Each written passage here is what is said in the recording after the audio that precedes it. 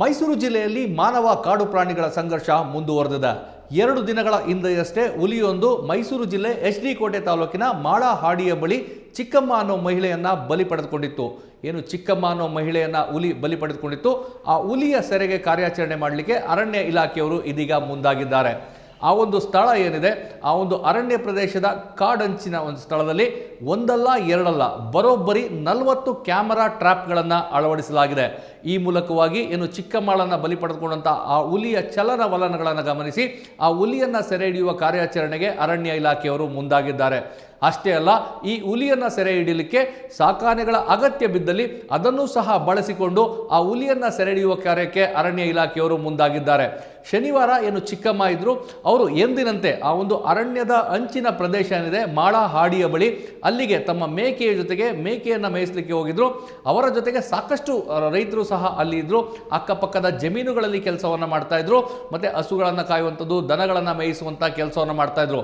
ಈ ಒಂದು ಸಂದರ್ಭದಲ್ಲಿ ಆ ಒಂದು ಹುಲಿ ಹಠಾತ್ತನೆ ಕಾಡಿನಿಂದ ಹೊರಬಂದು ಚಿಕ್ಕಮ್ಮ ಅವರ ಮೇಲೆ ದಾಳಿ ಮಾಡಿದೆ.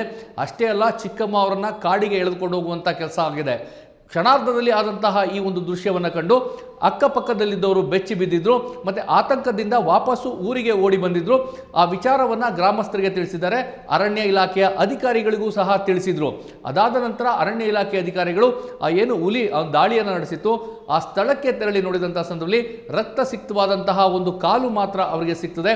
ಅದಾದ ನಂತರ ಅದೇ ಜಾಡನ್ನು ಹಿಡಿದು ಅರಣ್ಯದ ಒಳಭಾಗದಲ್ಲಿ ಕಾರ್ಯಾಚರಣೆ ನಡೆಸಿದಂತಹ ಸಂದರ್ಭದಲ್ಲಿ ಅರಣ್ಯ ಇಲಾಖೆಯ ಅಧಿಕಾರಿಗಳು ಮತ್ತು ಸಿಬ್ಬಂದಿಗಳಿಗೆ ಏನು ಪ್ರಾಣಿಗಳನ್ನು ವೀಕ್ಷಣೆ ಮಾಡಲಿಕ್ಕೆ ಒಂದು ಗೋಪುರವನ್ನು ಕಟ್ಟಲಾಗಿತ್ತು. ಆ ಗೋಪುರದ ಬಳಿ ಏನು ಹುಲಿ ದಾಳಿ ನಡೆಸಿದಂತಹ ಚಿಕ್ಕಮ್ಮಳ ಮೃತದೇಹ ಪತ್ತೆ ಆಗ್ತದೆ. ಆ ಮೃತದೇಹವನ್ನು ಅಲ್ಲಿಂದ ವಾಪಸ್ಸು ತೆಗೆದುಕೊಂಡು ಬಂದು ಅವರ ಕುಟುಂಬಸ್ಥರಿಗೆ ನೀಡುವಂಥ ಕೆಲಸವನ್ನು ಅರಣ್ಯ ಇಲಾಖೆಯವರು ಮಾಡ್ತಾರೆ. ಅಷ್ಟೇ ಅಲ್ಲ, ಈ ರೀತಿಯಾದಂಥ ದಾಳಿ ನಡೆಸಿದಂಥ ಹುಲಿಯ ಕಾರ್ಯಾಚರಣೆಗೆ ಎಲ್ಲ ಕ್ರಮಗಳನ್ನು ಸಹ ಕೈಗೊಳ್ತಾರೆ. ಮತ್ತು ಈ ಒಂದು ಪ್ರಕರಣ ಏನಿದೆ, ಈ ಹಿಂದೆ ಸಹ ಸಾಕಷ್ಟು ಬಾರಿ ಮೈಸೂರು ಜಿಲ್ಲೆ HD ಕೋಟೆ ತಾಲೂಕಿನ ಅರಣ್ಯದಂಚಿನ ಪ್ರದೇಶದಲ್ಲಿ ಕಾಡು ಪ್ರಾಣಿಗಳು ಮಾನವನ ಮೇಲೆ ದಾಳಿ ಮಾಡುವಂಥದ್ದು, ಅವರನ್ನು ಒಂದು ಕೊಂದು ಹಾಕುವಂಥ ಕೆಲಸ ಸಾಕಷ್ಟು ಆಗಿತ್ತು. ಈ ಹಿನ್ನೆಲೆಯಲ್ಲಿ ಅರಣ್ಯ ಇಲಾಖೆ ಈ ಪ್ರಕರಣವನ್ನು ಗಂಭೀರವಾಗಿ ಪರಿಗಣಿಸಿ ಆ ಏನು ದಾಳಿ ಮಾಡಿದಂತಹ ಹುಲಿ ಇದೆ ಅದನ್ನು ಶತಾಯಗತಾಯ ಸೆರೆ ಹಿಡಿಯಬೇಕು ಅಂತೇಳಿ ಕಾರ್ಯಾಚರಣೆಯನ್ನು ಆರಂಭಿಸಿದೆ. ಅಷ್ಟೇ ಅಲ್ಲ, ಆತಂಕಗೊಂಡಿರುವಂತಹ ಗ್ರಾಮಸ್ಥರಿಗೆ ಈಗ ಭರವಸೆಯನ್ನು ಸಹ ನೀಡಿದೆ.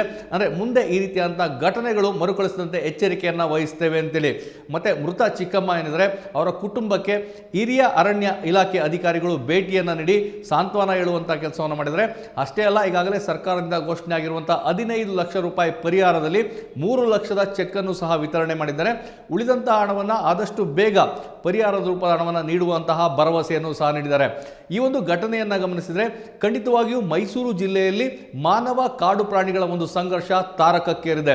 ಅಂದರೆ ಅರಣ್ಯದಂಚಿನ ಪ್ರದೇಶದಲ್ಲಿರುವಂತಹ ಹಾಡಿ ಮತ್ತು ಗ್ರಾಮಸ್ಥರು ಪ್ರತಿನಿತ್ಯ ತಮ್ಮ ಜೀವವನ್ನು ಕೈಯಲ್ಲಿ ಹಿಡಿದುಕೊಂಡು ಬಾಳುವಂತಹ ಒಂದು ಪರಿಸ್ಥಿತಿ ನಿರ್ಮಾಣವಾಗಿದೆ.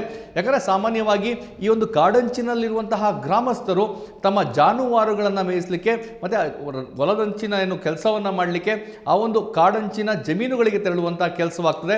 ಈ ಸಂದರ್ಭಗಳಲ್ಲಿ ಹಠಾತ್ತನೆ ಅಂದರೆ ಕಾಡಿನಿಂದ ನಾಡಿಗೆ ಆಹಾರವನ್ನು ಆರಿಸಿ ಬರುವಂತಹ ಹುಲಿ ಇರ್ಬೋದು ಅಥವಾ ಆನೆಗಳಿರ್ಬೋದು, ಹೀಗೆ ಸಾಕಷ್ಟು ಕಾಡು ಪ್ರಾಣಿಗಳು ಆ ಮನುಷ್ಯರ ಮೇಲೆ ದಾಳಿ ಮಾಡುವಂಥ ಕೆಲಸವನ್ನು ಮಾಡುತ್ತದೆ.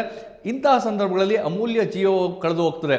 ಹೀಗಾಗಿ ಈ ಒಂದು ಏನು ಮಾನವ ಕಾಡು ಪ್ರಾಣಿಗಳ ಸಂಘರ್ಷ ಇದೆ, ಇದಕ್ಕೆ ಒಂದು ಶಾಶ್ವತವಾದಂತಹ ಪರಿಹಾರವನ್ನು ನೀಡಬೇಕು.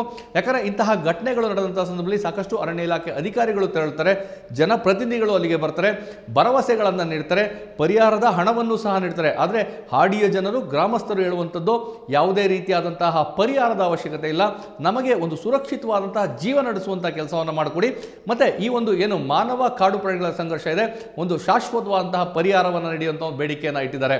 ಹೀಗಾಗಿ ಸದ್ಯ ದಾಳಿ ನಡೆಸಿರುವಂತಹ ಹುಲಿಯ ಕಾರ್ಯಾಚರಣೆಗೆ ಎಲ್ಲ ಕ್ರಮಗಳನ್ನು ಕೈಗೊಳ್ಳಲಾಗಿದೆ. ಒಂದು ವೇಳೆ ಆ ಹುಲಿ ಸೆರೆಯಾದರೆ ಅದನ್ನು ಮತ್ತೆ ಪ್ರಾಥಮಿಕವಾಗಿ ಒಂದು ಪರೀಕ್ಷೆಗೆ ಒಳಪಡಿಸಿ ತದನಂತರ ಅದನ್ನು ಸುರಕ್ಷಿತ ಸ್ಥಳಕ್ಕೆ ಬಿಡಬೇಕಾ ಅಥವಾ ಮತ್ತೆ ಅವುಗಳನ್ನ ಮೃಗಾಲಯದಲ್ಲಿ ಇಡಬೇಕಾ, ಇದ್ರ ಬಗ್ಗೆ ಚಿಂತನೆ ನಡೆಸ್ತೇವೆ ಅಂತ ಹೇಳಿದ್ರೆ, ಒಟ್ಟಾರೆ ಆ ಒಂದು ಸ್ಥಳದಲ್ಲಿ ಮೈಸೂರು ಜಿಲ್ಲೆ HD ಕೋಟೆ ತಾಲೂಕಿನ ಮಾಳಹಾಡಿ ಪ್ರದೇಶದಲ್ಲಿ ಈಗಲೂ ಸಹ ಆತಂಕದ ವಾತಾವರಣ ನಿರ್ಮಾಣ ಆಗಿದೆ.